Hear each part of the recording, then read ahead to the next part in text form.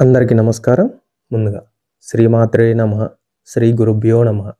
గంగాధర్ వాస్తు జ్యోతిష్యాలయం యూట్యూబ్ ఛానల్కి స్వాగతం అండి. మీ అందరికీ ఒక విషయం తెలియజేస్తున్నానండి. మన ఛానల్ లోగో మార్చాను. ఇదే మన ఛానల్ లోగో. అందరూ జాగ్రత్తగా గమనించండి.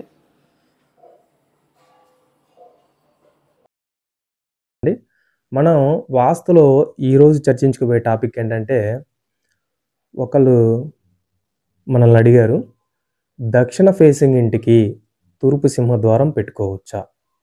క్వశ్చన్ చూద్దామండి. దీనికి ఈరోజు వివరణ మనం తెలుసుకుందాము. చూడండి, ముందుగా ఇది స్థలం అనుకుంటే మన గృహం అనుకోండి. ఇది గృహం, ఇది చుట్టూ ప్రహరీ. నేను ప్రతి వీడియోలో గృహానికి 4 దిక్కులు ప్రహరీ ఎందుకు గీస్తాను అంటే, గృహానికి 4 దిక్కులు ప్రహరీ కంపల్సరీ ఉండాలండి. గృహానికి ప్రహరీనే శ్రీరామ రక్ష. కొంతమంది దక్షిణ పశ్చిమాలు కాయం చేసి కడతా ఉంటారు. అలా కాదండి, గృహానికి 4 వైపులా కూడా ప్రహరీ ఉండాలి. అయితే దీనికి ఇప్పుడు దిక్కులు తీసుకోండి. ఇది తూర్పు, పడమర, దక్షిణం, ఇది ఉత్తరం. విదిక్కులు తీసుకుంటే ఈశాన్యం, ఆగ్నేయం, నైరుతి, వాయువ్యం. అయితే వీళ్ళకి దక్షిణం రోడ్డు అన్నమాట.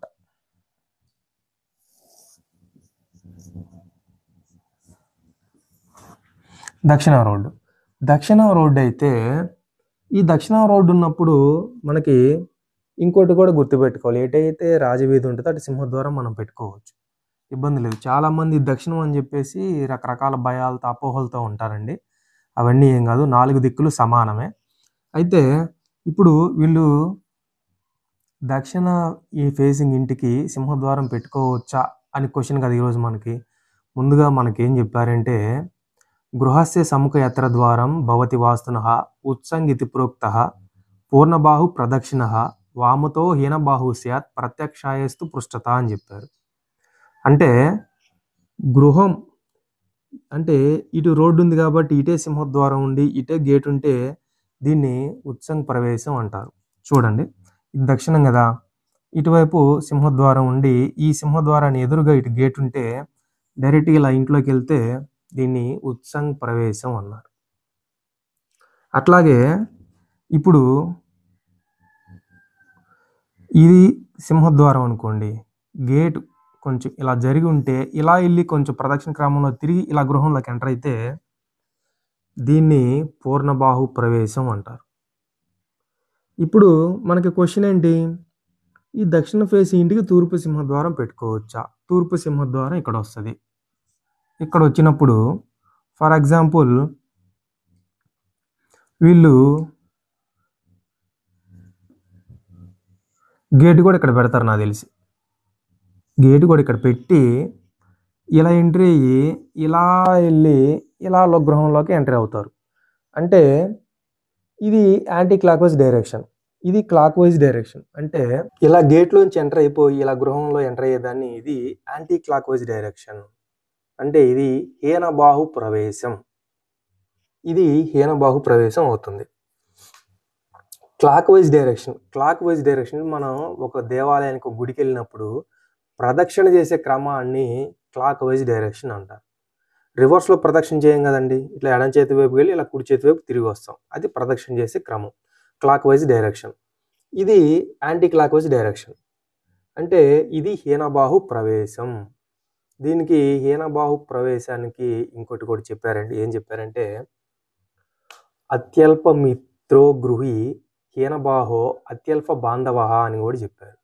అంటే ఈ హీనబాహు ప్రవేశం వాళ్ళకి ఎలాంటి ఫలితం ఉండొచ్చు అంటే, ఫ్రెండ్ సర్కిల్ కానీ బంధువులు కానీ చాలా తక్కువగా ఉంటారని మనకి శాస్త్రంలో చెప్పారండి. అత్యల్ప మిత్రో గృహి అన్నారు. ఆ గృహంలో నివసించే వాళ్ళకి అత్యల్ప అంటే ఫ్రెండ్ సర్కిల్ అనేది తక్కువ, ఫ్రెండ్స్ అనేవాళ్ళు తక్కువ. అత్యల్ప బాంధవ అన్నారు, బంధువులు కూడా తక్కువ అని అర్థం.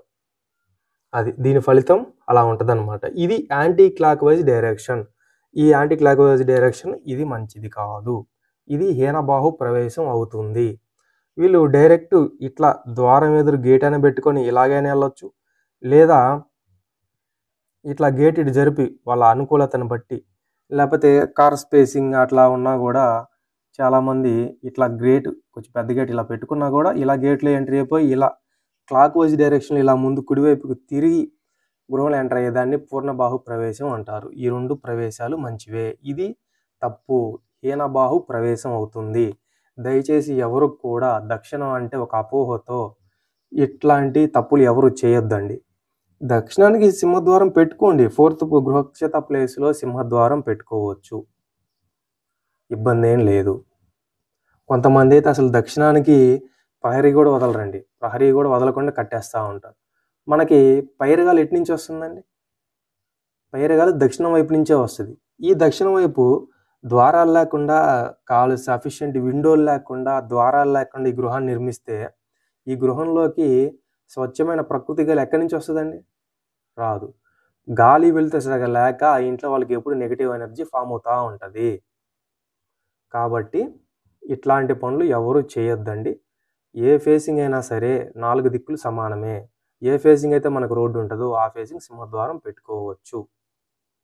కాబట్టి ఈ వీడియో మీకు గనక నచ్చితే లైక్ చేయండి, షేర్ చేయండి, మీ ఫ్రెండ్స్ అండ్ ఫ్యామిలీ మెంబర్కి షేర్ చేయండి, వాళ్ళకి ఉపయోగపడుతుంది.